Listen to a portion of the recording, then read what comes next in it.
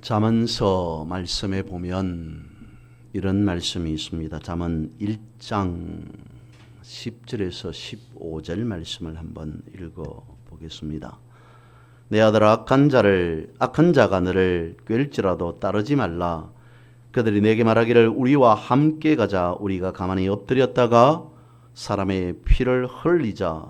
죄 없는 자를 까닭없이 숨어 기다리다가 서울같이 그들을 산채로 삼키며 무덤에 내려가는 자들같이 통으로 삼키자. 우리가 온갖 보화를 얻으며 빼앗은 것으로 우리 집을 채우리니 너는 우리와 함께 제비를 뽑고 우리가 함께 전대 하나만 두자 할지라도 내 아들아, 그들과 함께 길에 다니지 말라. 내 발을 금하여 그 길을 밟지 말라 라는 말씀이 있습니다. 어떻다는 글까요? 한마디로 말하면 세상이 악하다는 것입니다. 내 아들아, 악한 자가 너를 꾀일지라도 따르지 말라. 그야말로 세상이 참으로 난장판이라는 것이죠. 그렇지 않는가요? 매번 드리는 말씀이기는 합니다만 살아가면서 우리는 이러지도 저러지도 못하는 그런 순간들을 맞이할 때가 있습니다.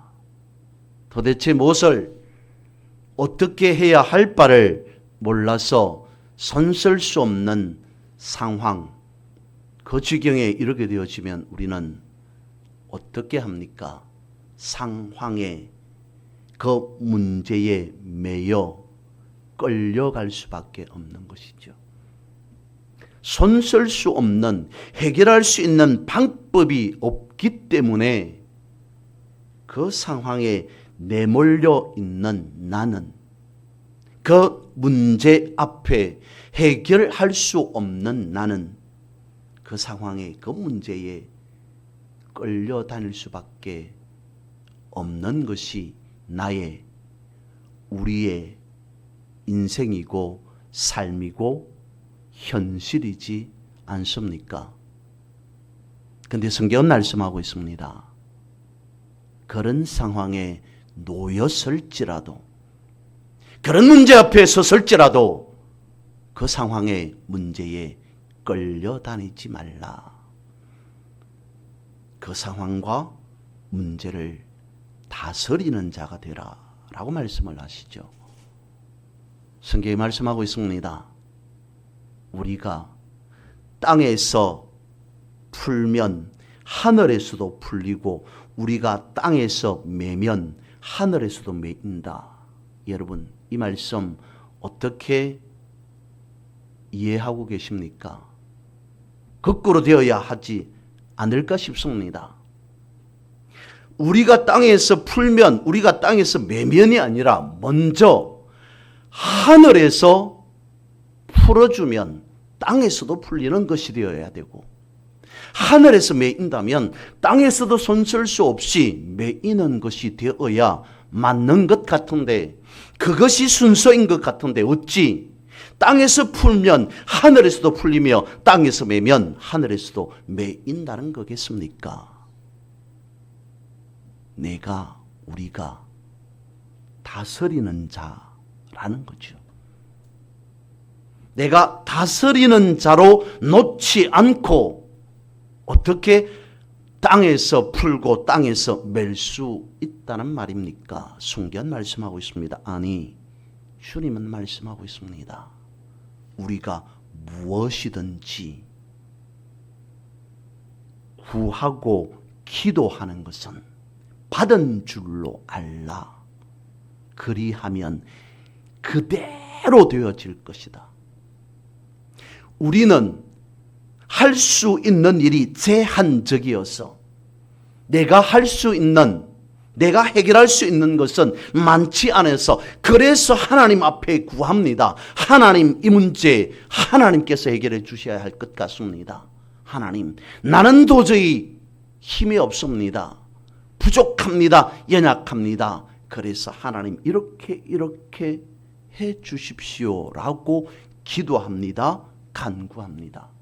근데 주님은 말씀하십니다. 우리가 무엇을 구하든지 무엇을 간구하든지 간에 그 구한 것을 받은 줄로 알고 있으면, 받은 줄로 믿고 있으면 그대로 이루어진다. 무슨 말입니까? 우리가 매인 자가 아닌, 눌린 자가 아닌, 연약한 자가 아닌 다스리는 자라는 것이죠. 내가 감당할 수 없는 문제 앞에 놓였을지라도 그 문제 하나님께서 개입하시는 것 맞습니다. 하지만 하나님 함께 하시면 나도 이 문제 해결할 수 있습니다 라고 선포할 때 그 믿음으로 하나님께서 이루어 주신다. 그것을 주님은 말씀하십니다. 너희가 무엇이든지 구하고 기도하는 것을 믿고 있으면 그대로 이루어질 것이다. 다시 말하면 여러분들은 절대로 매여 살 사람이 아닙니다. 예수 그리스도를 믿는 사람은 세상에서 눌린 자도 매인 자도 아닌 다스리는 자입니다. 그래서 땅에서 풀면 하늘에서도 풀리고, 구하는 것을 될 줄로 알고 믿으면 그대로 이루어진다라고 정확하게 성경에서 말씀하고 있다는 것이죠. 우리의 인생이 교과서처럼 혹은 구구단처럼 답은 없을지라도, 그러나 그 모든 해답을, 정답을 알고 계시는 주님께서 말씀하셨습니다. 우리는 다스리는 자이다 라고 분명히 말씀하고 있습니다. 더 정확히 말씀을 드리면 다스리도록 위임받은 자라고 해야 되겠죠. 아무튼 우리는 다스리는 자라고 말씀하고 있다는 것입니다. 독을 다스리는 자의 길이라고 하는 이야기를 보았습니다. 독을 다스린다라고 하여서 섬찟한 말 같지만 다름 아닌 식당에서 하는 이야기입니다. 다름 아닌 보거를 요리하는 사람들의 이야기입니다. 저들은 그렇게 말을 하곤 한답니다. 보거의 맛은 죽음의 문턱에서 피어나는 꽃이다. 역시 어떤 의미인지 쉽게 다가오지는 않습니다마는, 보거에 있는 테트로도톡신이라고 하는 독은 청산가리보다 대략 1000배 이상의 맹독으로 알려져 있습니다. 0.001g만 사람이 섭취하더라도 치사량이 되어진다라고 할 만큼 엄청나게 독한 독이라는 것이죠. 보거는 계절에 따라 그 독의 양이 달라지기는 한다고 합니다마는 대략 산란기인 2월 달에 가장 독이 강하다라고 이야기를 합니다. 그래서 일본에서는 보거 조리사 자격증을 독을 다스리는 자의 면허라고 부르기까지 한다는 것이죠. 그렇게 보면 보거를 요리하는 사람은 요리사라기보다는 어쩌면 독을 다스리는 사람이라고 해야 되지 않을까 싶습니다.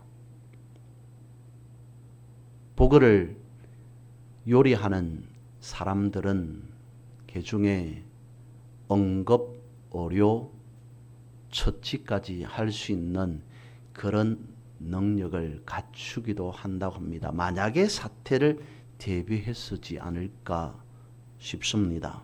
이래저래 복을 다루는 사람은 생명을 다루는 라고 할 수 있을 것 같습니다. 그런데 복의가 어떻고 독이 어떻다 라고 하는 것보다는 우리의 인생이 그런 것 아닐까라는 것이죠. 살아가다 보면 앞서 말씀을 드렸습니다마는 내 인생, 우리의 인생 가운데 맹독이 요소에 있는 것 같습니다. 자칫 잘못하면 그 독이 터지기라도 한다면, 퍼지기라도 한다면, 번지기라도 한다면 손쓸 수 없을 만큼 치명적입니다.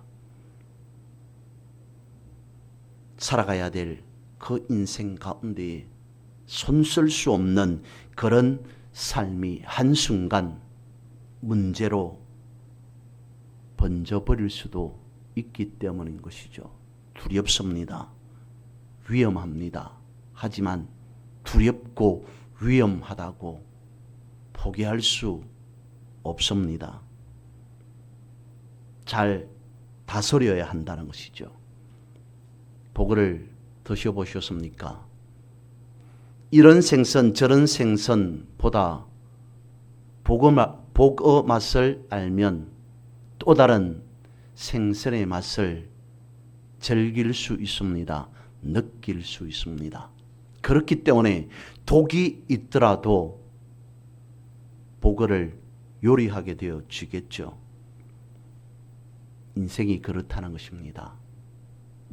위험하고 문제가 많을지라도 잘 다스릴 때에 최고를 경험할 수 있다는 것입니다. 다스린다는 것은 이끌려간다라고 하는 그 말의 반대 의미로 생각해야 할 것입니다. 하나님께서 우리를 다스리는 자로 만드셨습니다. 창세기 1장 26절 말씀에 보면 하나님이 이르시되 우리의 형상을 따라 우리의 모양대로 우리가 사람을 만들고 그들로 바다의 물고기와 하늘의 새와 가축과 온 땅과 땅에 기는 모든 것을 다스리게 하자 하시고, 성경이 우리에게 뭐라고 말씀하고 있습니까? 하나님께서 천지를 창조하실 때에 태초 그때 당시에 사람을 지으시면서 하신 말씀이, 선포하신 것이 하나님이 사람을 어떤 취지에서 어떤 뜻으로 어떻게 만드셨는지, 무슨 목적으로 사람을 지으셨는지 분명하게 말씀하고 있습니다. 우리의 형상대로, 하나님의 모습대로, 하나님의 모양대로, 하나님의 형상대로 사람을 만드셨다라고 하는 이것 하나만으로 더 이상 할 말이 있겠습니까? 근데 거기에 덧붙여서 말씀하고 있습니다. 모든 것을 다스리게 하자. 그렇지 않습니까? 하나님은 말 그대로 창조주 하나님이십니다. 모든 것을 다스리시는 분입니다. 빛이 있으라. 어둠뿐이었던 천지를 다스리셨습니다. 빛을 만드셨습니다. 모든 것을 다스리신 하나님, 모든 것을 창조하신 하나님, 그 하나님께서 사람을 지으시면서 하신 말씀이 사람도 내 형상, 내 모습과 같이 매이지 않고 눌리지 않고 어디에 이끌려 살아가지 않고 다스리는 자로 살아가게 하리라 라고 하는 것이 창세기 천지를 창조하실 때에 하나님께서 처음으로 말씀하신 우리에게 주어진 복이라는 것입니다. 그러면서 창세기 1장 28절에 덧붙여서 말씀하고 있습니다. 하나님이 그들에게 복을 주시며, 하나님이 그들에게 복을 주시며, 어떤 복을 주셨다고요? 모든 생물을 다스리라 하시니라 라고 말씀하십니다. 우리에게 주어진 복은 다스림의 복, 다스리는 복을 하나님께서 창세기 때에 허락하셨다라고 말씀하고 있습니다. 하나님의 형상을 닮았습니다. 다스리는 존재로 시험받았습니다. 그러면 그때가 오래전이기 때문에 천지가 창조될 시점이기 때문에 너무 멀고 뭡니까? 신약에서는 또 이렇게 말씀하고 있습니다. 우리를 바라보고 왕 같은 제사장이라. 우리를 신약에서는 무엇이라고 말씀하고 있다고요? 너희는, 나는, 우리는 왕 같은 제사장이다. 무엇을 어떻게 하는 사람이라는 것입니까? 사람을 다스리는 자라는 것입니다. 사람의 죄를 다스리는 자, 왕 같은 제사장. 거기에서 끝나지 않습니다. 여러 말이 있습니다. 거기에 하나 더 덧붙인다면 거룩한 백성이다. 내 삶의 모습이 내 형편이 어떠할지라도 성경에서 말씀하고 있는 나는 왕 같은 제사장, 또한 거룩한 백성. 거룩한 백성이란 어떤 사람일까요? 어떤 삶을 살아가는 사람일까요? 종으로서 살아가는 사람일까요? 세상 여기저기 부딪히면서 부대끼면서 무엇을 어찌해야 할 바를 알지 못한 채로 살아가는 사람이 왕 같은 제사장이며 거룩한 백성입니까? 아니라는 거잖아요. 다스리는 자라는 겁니다. 통치하는 자라는 겁니다. 다른 말로 누리는 자라는 것이죠.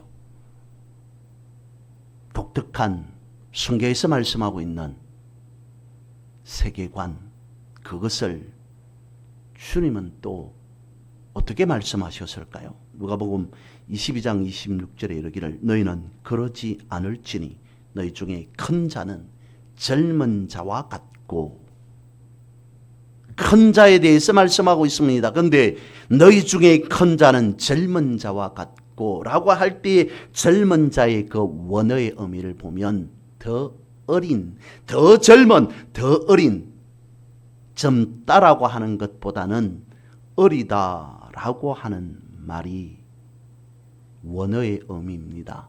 큰 자는 어린 자이다. 그러면 어린 자라고 하는 것은 어떤 자라는 것입니까? 어린 아이를 말씀하실 때 마가복음 10장에서도 역시 말씀하고 있습니다. 천국에 대해서 어린 아이와 같은 자라고 말씀하시면서 이렇게 말씀하고 있습니다. 내가 진실로 너희에게 이르노니 누구든지 하나님의 나라를 어린 아이와 같이 받들지 않는 자란 결단코 그곳에 들어가지 못하리라 하시니라. 어린 아이와 같이 천국을 지금 우리가 가지고 있는 성경은 받들지 않는 자, 천국을 받드는 자, 받아들이는 자, 어린 아이와 같이 천국을 믿고 그렇게 믿고 살아가는 자라고 보아졌을 때 예수님께서 말씀하신 그 어린이라고 하는 것에는 작다라는 의미일까요? 어린 아이와 같이 천국을 받들지 않는 자, 그 자는 천국에서 가장 큰 자로 여겨진다. 어린 아이와 같이 천국을 받드는 자, 결단코 힘없고 연약하고 나약하고 가진 것 없고 배우지 못했고 아는 것 없고 그런 것에 대한 의미로 말씀하고 있지 않더라는 것입니다. 큰 자, 젊은 자, 어린 아이, 그 의미가 무엇이든지 간에 천국 복음을 받아들인 자가 하늘에서 주님 보시기에 가장 큰 자다라고 말씀하고 있습니다. 왜 그렇습니까? 예수님께서 이 땅에 왕으로 오셨습니다. 예수님께서 이 땅에 다스리는 자로 오셨습니다. 어떻게 다스려야 되는지를 우리에게 먼저 모범 보이셨습니다. 제자들에게 2000년 당시 사람들에게 다스린다는 것은 이런 것이다. 인생을 살아간다는 것은, 예수 믿고 산다는 것은, 믿음을 붙잡고 살아간다는 것은 이런 것이다 라고 하면서 먼저 모범을 보이듯 살아가셨습니다. 그리고 부활 성천하시면서 우리에게 성령을 주셨습니다. 다시 말씀을 드립니다. 이 땅에 왕으로 오신 예수님께서 왕으로 살아가는 삶의 모습이 무엇인지를 보여주시고, 왕이신 예수님께서 부활성천하시기 전 성령을 주셨습니다. 우리가 성령을 받았습니다. 성령 받은 자인 우리는 어떻게 살아가야 하는 것입니까? 매인자로, 눌린 자로, 종으로? 아니요. 다스리는 자로 살아가라는 것이죠. 왕이신 주님께서 왕으로 가지고 계셨던 그 성령을 우리에게 허락해 주셨으니, 왕으로부터 온 성령이 내 안에 있으니 우리는 다스리는 자로 살아가야 하는 것이 맞다는 것입니다. 세상에 지배당하고 세상에 이끌려 살지 말고 예수님처럼 다스리는 왕으로 살아라 라는 것이죠. 내 삶이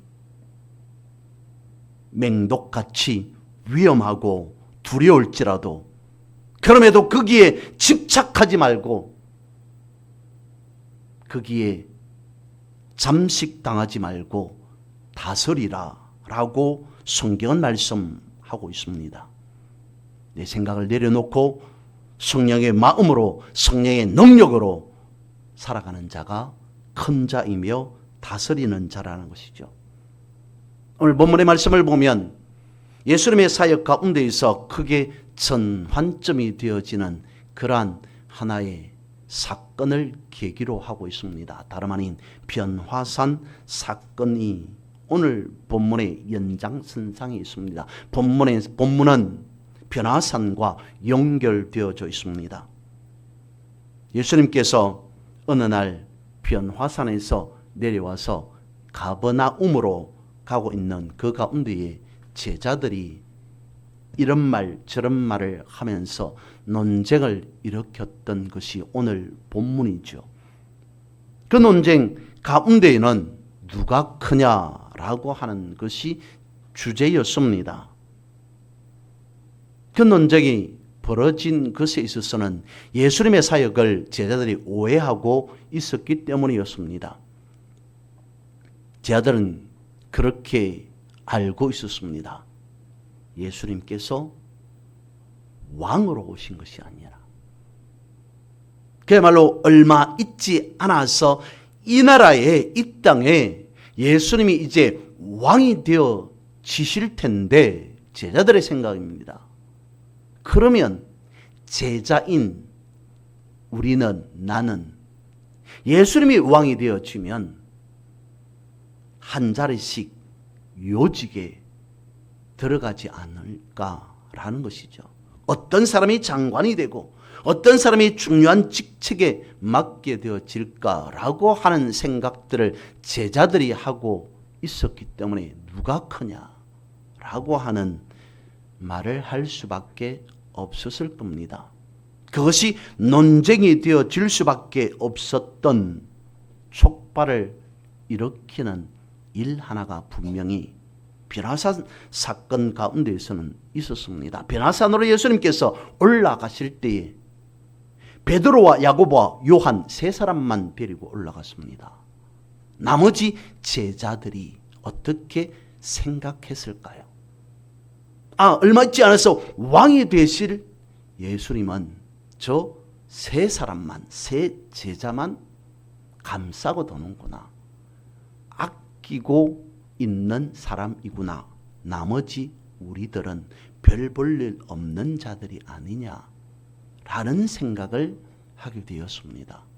근데 예수님께서 하실 일이시니까, 예수님이시니까 예수님께 모든 것을 의지하고 맡기고 살아가지 않고 제자들도 나름대로의 생각을 갖고 있었습니다. 마태는 박학다식합니다. 모르는 게 없습니다. 빌립은 당시에 국제 통용어라고 할 수 있는 헬라의 능통한 자였습니다. 또한 어쨌든 가룟 유다, 머리가 좋아서 회계를 담당하고 있었습니다. 안드레는 가장 먼저 부름받은 자입니다. 이런저런 모든 변화산에 올라가지 않은 제자들의 모습을 보면 다 하나씩 갖출 것을 갖추고 있는 자들이었습니다. 어느 한 사람 뒤처지지 않는 사람이었습니다. 그러면 스스로 생각해, 왜 우리는 빠졌는가? 변화산으로 올라가는 제자들 틈에 왜 속하지 못하였는가? 과연 누가 큰 자인가? 왜 우리는 작은 자로 여길 수밖에 없는가? 그런 논쟁을 벌이고 있는 그 틈에 예수님께서 말씀하고 있습니다. 예수께서 앉으사 12제자를 불러서 이르시되 누구든지 첫째가 되고자 하면 무사람의 끝이 되며 무사람을 섬기는 자가 되어야 할 것이다. 일반적으로 성경을 봤을 때에 오늘 본문에서 그리고 예수님께서 하시는 그 말씀인 섬기는 자라고 하는 것에 대해서는 긍정적으로 말씀하고 있습니다. 좋은 의미로 사용하고 있습니다. 섬긴다라고 하는 것 자체가 매우 중요한 것이기 때문이죠. 그런데 오늘 본문의 말씀에 있어서 섬기는 자가 된다는 것은 좋은 의미로 사용되어지지 않았다는 것이죠. 그 위의 말씀을 보면 의미를 이해할 수 있습니다. 본문의 말씀 37절 말씀에 보면 나를 영접하면 나를 보내신 이를 영접하는 것이다 라고 말씀하고 있습니다. 이 말을 큰 자와 작은 자의 의미에서 살펴보면 영접하는 자가 큰 자라는 것입니다. 섬기는 자와 다스리는 자의 의미로 살펴보면 영접하는 자가 다스리는 자라는 것입니다. 누구든지 예수 그리스도를 영접하는 자가 다스리는 자가 되어질 것이다. 그 자가 큰 자이다 라고 말씀하고 있습니다. 그러면 큰 자라고 하는 것은 군림하는 자라는 것입니까? 아니죠. 그러면 다스리는 자라고 하는 것은 무엇입니까? 천국에서 큰 자라는 것입니다. 세상을 다스리는 자, 그런 의미도 있겠죠. 하지만 세상에서 다스리는 자라고 하는 의미입니다. 앞서 말씀을 드린 바와 같이 다스린다라고 하는 것은 다른 의미로 생각해 보면 누린다라는 것입니다. 누리는 자라는 것입니다. 천국을 누리며 살아가는 자, 그 사람이 세상에서 다스리는 자가 되어진다는 것입니다. 그러면 천국에서 큰 자는 어떤 사람입니까? 자신을 드러내지 않고 가진 것 없다 말하고 어린 아이와 같다라고 말하는 사람이겠습니까? 아닙니다. 하나님의 말씀 앞에 아멘하고 하나님의 말씀에 철저히 순종하는 자, 그런 자가 큰 자이며 그런 자가 다스리는 자라는 것입니다.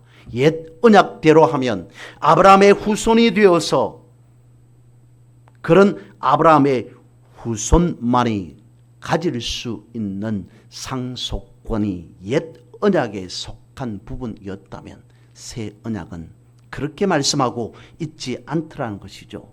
말씀으로 살아가는 자, 그런 사람이 천국 백성이 되어진다라고 분명히 말씀하고 있습니다. 크나 작으냐, 섬기느냐, 다스리느냐라고 하는 것은 새 언약 안에서 천국을 소유한 자냐 아니냐라고 하는 것으로 판가름 나게 되어진다는 것이죠. 그렇습니다. 우리는 분명히 예수 그리스도의 생명으로 다스리는 자일 수밖에 없습니다. 로마서 5장 17절입니다. 한 사람의 범죄로 말미암아 사망이 그 한 사람을 통하여 왕노릇하였은즉 더욱 은혜와 의의 선물을 넘치게 받는 자들은 한 분 예수 그리스도를 통하여 생명 안에서 왕노릇하리로다. 분명 성경은 우리를 왕 노릇하리라. 앞서 말씀드렸던 바와 같이 왕 같은 제사장이다. 거룩한 백성이다. 로마서에서 다시 말씀하고 있습니다. 왕 노릇하는 자이다 라고까지 말씀하고 있습니다. 지배당하고 눌린 자가 아니라는 것이죠. 왕처럼 왕과 같이 살아가는 자라고 분명하게 말씀하고 있습니다. 그래서 우리는 삶에서 날마다 선포해야 합니다. 나는 예수의 생명으로 태어났고 나는 다스리는 자이다. 나는 다스릴 수 있는 능력과 권세를 가지고 있다. 나는 종노릇하며 살아가는 자가 아닌 왕노릇하는 자이다. 나는 지배받는 자가 아니라 지배하는 자로 살아간다. 나는 예수 그리스도 생명 안에서 왕노릇하는 자이다. 주님이 나의 강함이고 주님이 나의 부요이다. 나의 나된 것은 하나님의 은혜이다 라고 선포하여야 한다는 것입니다. 여러분, 한 사람의 범죄로 말미암아 사망이 그 한 사람을 통해 왕노릇 하였을지라도 그러나 은혜와 의의 선물을 넘치게 받은 자들은 한 분 예수 그리스도를 통해 왕노릇하게 되어진다. 아, 그렇구나. 그런 좋은 말이, 그런 좋은 말씀이 성경에 어디에 있구나라고 하는 것으로 알고 넘어가는 것이 아니라 왕같은 제사장, 거룩한 백성, 왕노릇하는 자, 그런 용어들이 성경에 들어 그것으로 넘어갈 것이 아닌 믿고 선포하고 그대로 살아가야 한다는 것입니다. 세상이 뭐라고 하든 거기에 이끌려 살지 말라는 것입니다. 세상에서 무엇을 배웠든지 세상에서 배운 것 말고 이제는 하나님으로부터 배운 것, 그것을 적용하라 라고 하는 것이 성경에서 말씀하고 있는 것입니다. 다스리는 자에 대해서 시편에서도 말씀하고 있습니다. 시편 47편 1절과 9절까지의 말씀에 보면 그렇게 되어 있습니다. 먼저 1절에서는 너희 만민들아 손바닥을 치고 즐거운 소리로 하나님께 외칠지어다. 하나님을 노래하고 찬양하고 하나님께 영광 돌리고 하나님을 높이라 라고 선포합니다. 말씀하고 있습니다. 왜 그렇느냐 라고 하는 것을 그 이후에 서술하고 있습니다. 2절에 6절에 7절에 이러기를 큰 왕이 하나님이 우리의 왕이십니다. 하나님은 온 땅의 왕이십니다. 왕이 하늘 보좌에 앉아서 다스리고 계십니다. 하나님은 왕이십니다. 하나님은 왕이십니다. 끊임없이 반복합니다. 그러다가 3절에 보면 하나님이 즉 이와 같이 왕이신 하나님이 다스리시는 하나님이 무엇이라 말씀하냐면 하나님이 만민을 우리에게 나라들을 우리 발 아래 복종하게 하셨다.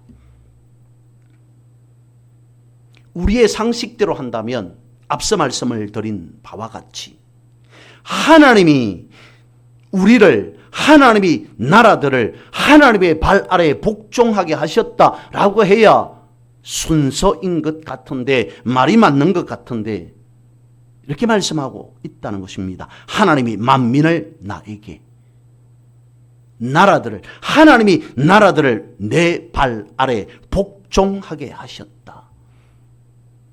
나는 다스리는 자라는 겁니다. 매여 살지 말라는 겁니다. 눌려 살지 말라는 것입니다. 내 삶을 다스려야 하는 것이 우리라는 것입니다. 기쁨도 슬픔도 다스려야 한다는 것입니다. 보이는 것도 보이지 않는 것도 다스려야 한다는 것입니다. 다스리는 자가 하나님의 뜻대로 살아가는 자라는 것입니다. 기도드리겠습니다.